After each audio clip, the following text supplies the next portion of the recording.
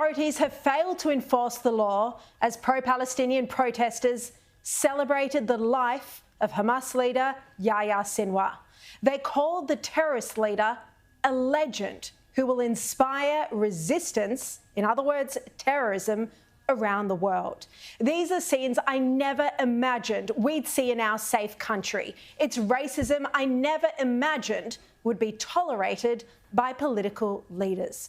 This was Hyde Park in Sydney yesterday. Severely injured, he threw a stick at a drone in final defiance against the illegal Zionist occupation. He died a warrior's death amongst his men, one with his people in defense of his land, of the innocent Palestinian children slaughtered against a genocidal invader and occupier and colonizer. In his death, he became a legend to be told for centuries, for his story will live on to inspire resistance all around the world. That is clearly celebrating a terror leader who killed 1,200 Israelis and foreigners and also caused thousands of Palestinians to die.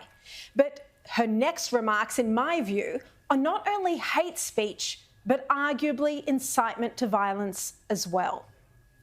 Until our last breath, we will keep fighting this Zionist occupation. Leaders may fall, but the idea of resistance will never die. His martyrdom exposed Israeli propaganda. After watching their family torn into pieces, they see one option and one option only: that they die fighting like the legends that came before them. Yahya al-Muqawama, the resistance lives on. Thank you. How can this be condoned under our laws? How can the police and the politicians fail to lift a finger as persecution of Jewish people and celebration of terrorism takes place openly on our streets? I have to say that I personally felt very sad while going through those full speeches today. And what was even worse was that a child took the microphone to say that she doesn't want Jews who support Israel to live in this country. Say it loud, say it clear. We don't want no Zionists here. We don't want no Zionists here. Well, Zionists are people who support the Jewish state of Israel like I do, like most Jews do. This child is saying she doesn't want us in Australia.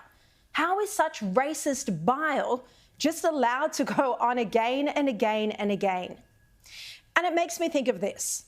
In the Palestinian territories, the PLO pays families a salary if their children are martyred, if they kill themselves while committing terror attacks. It's called pay for slay. The reason kids grow up happy to end their young lives committing terror attacks is that they're indoctrinated from birth to hate Jews.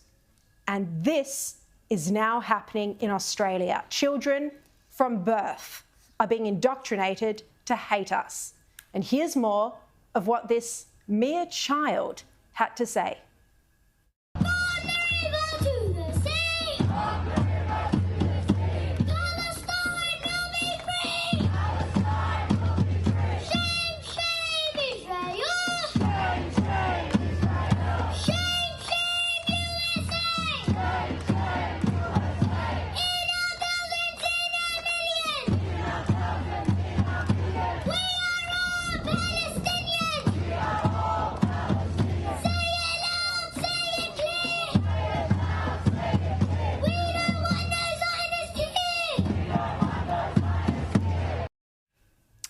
Already at such a young age, she's filled with so much hate. It's arguably child abuse.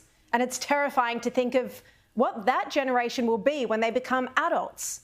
And I think it needs to be said that the city streets in Sydney and in Melbourne aren't safe for Jews anymore on the weekend.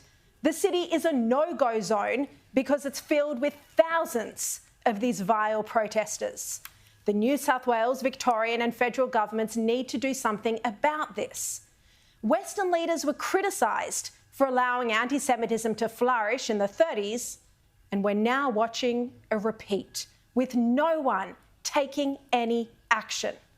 And the hatred isn't just on our streets, it's also on social media. Andrew Tate, with his 10 million followers, came out to support Sinwar.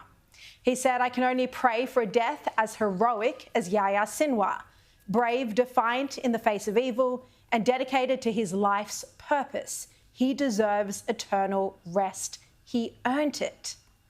He earned eternal rest because he worked so hard ordering the rape, murder and burning of babies? Andrew Tate claims he was brave, that Sinwar was brave in the face of evil. Well, Sinwar was the face of evil. There's no argument about that. This isn't a matter of subjectivity. It's black and white. He was evil. And he wasn't brave.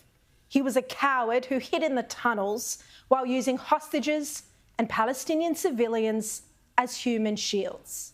And here's the vision of Sinwar going into the tunnels on October 6, 2023, where he would then remain hidden for more than a year, while allowing civilians who didn't want this war to suffer and die. The fraudulent feminist Clementine Ford also didn't seem to be upset that a man who caused the rape of dozens of women had been killed. You'd think she'd be celebrating his death, but of course not, because apparently the rape of Jewish women doesn't count. Well, here she was posting to her hundreds of thousands of Instagram followers. To wake up this morning and see, to see the news and to see the way that the corrupt Western Empire is framing the targeting of Sinwar. Yeah, interesting. It's the corrupt Western Empire, not Sinwar.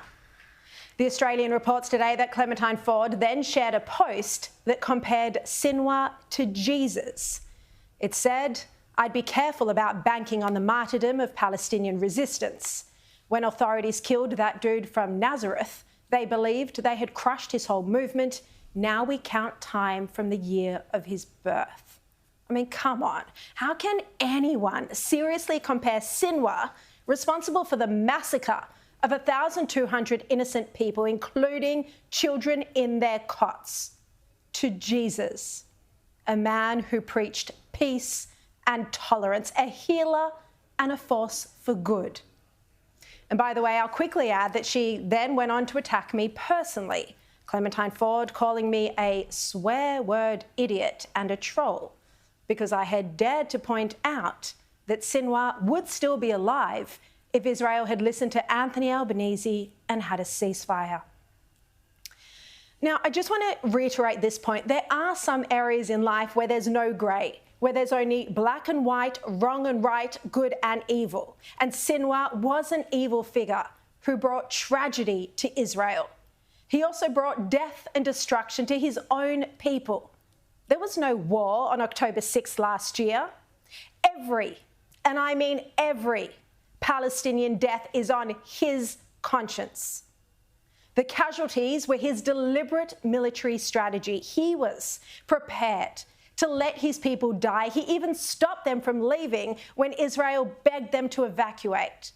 Also, Sinwar could win the PR battle against Israel, because good PR was more important to Sinwar than protecting lives.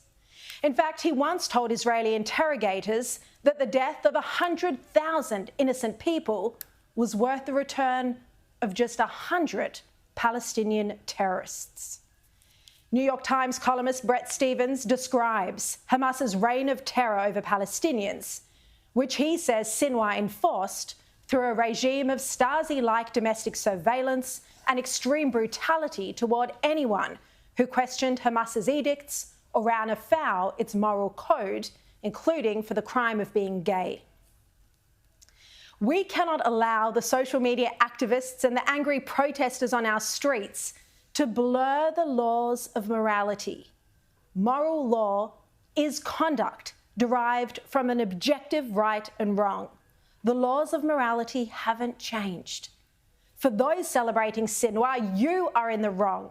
No matter how much you spin or yell, you can't turn the murder of children, the slaughter of entire families, the beheading of soldiers, the burning of babies, and the kidnapping of innocent people into righteous acts.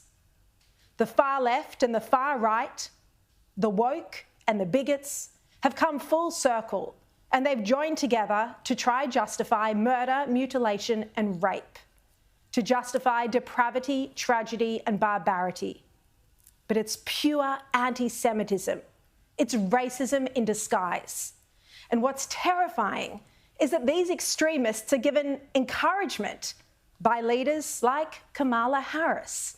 In a wink-wink, nudge-nudge to the hate-filled protesters, the Vice President said she understands claims that Israel is committing genocide.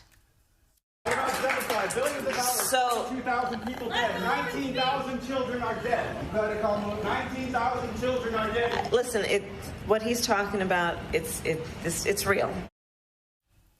What he's talking about is real. His claim that he said over and over again was accusing Israel of a genocide. And the only genocide was by Hamas against Israel on October 7. And by the way, neither Kamala Harris nor Joe Biden bothered to call Benjamin Netanyahu after the assassination attempt on his life over the weekend, when Hezbollah targeted his home. Donald Trump did make that phone call.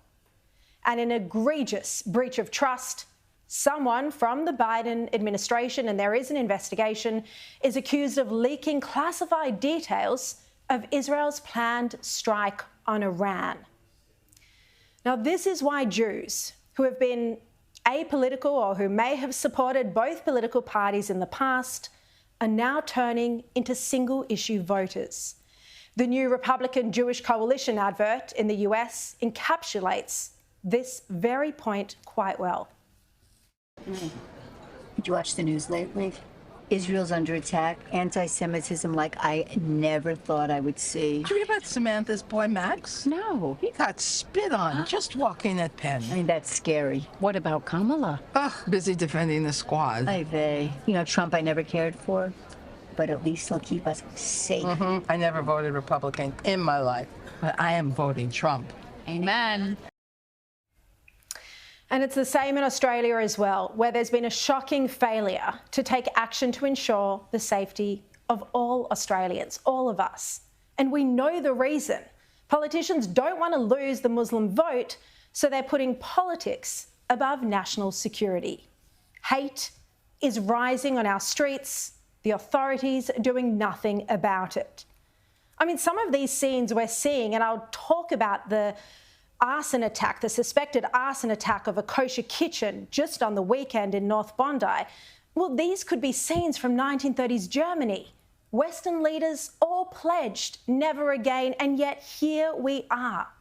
I truly despair. But we can't pretend this isn't happening. We all have a responsibility to stand up and say that this racism, this hatred is unacceptable. We've tolerated it for a year now. We've been begging for action for a year. It is time to vote out leaders who aren't taking this seriously, because no issue has ever been more important.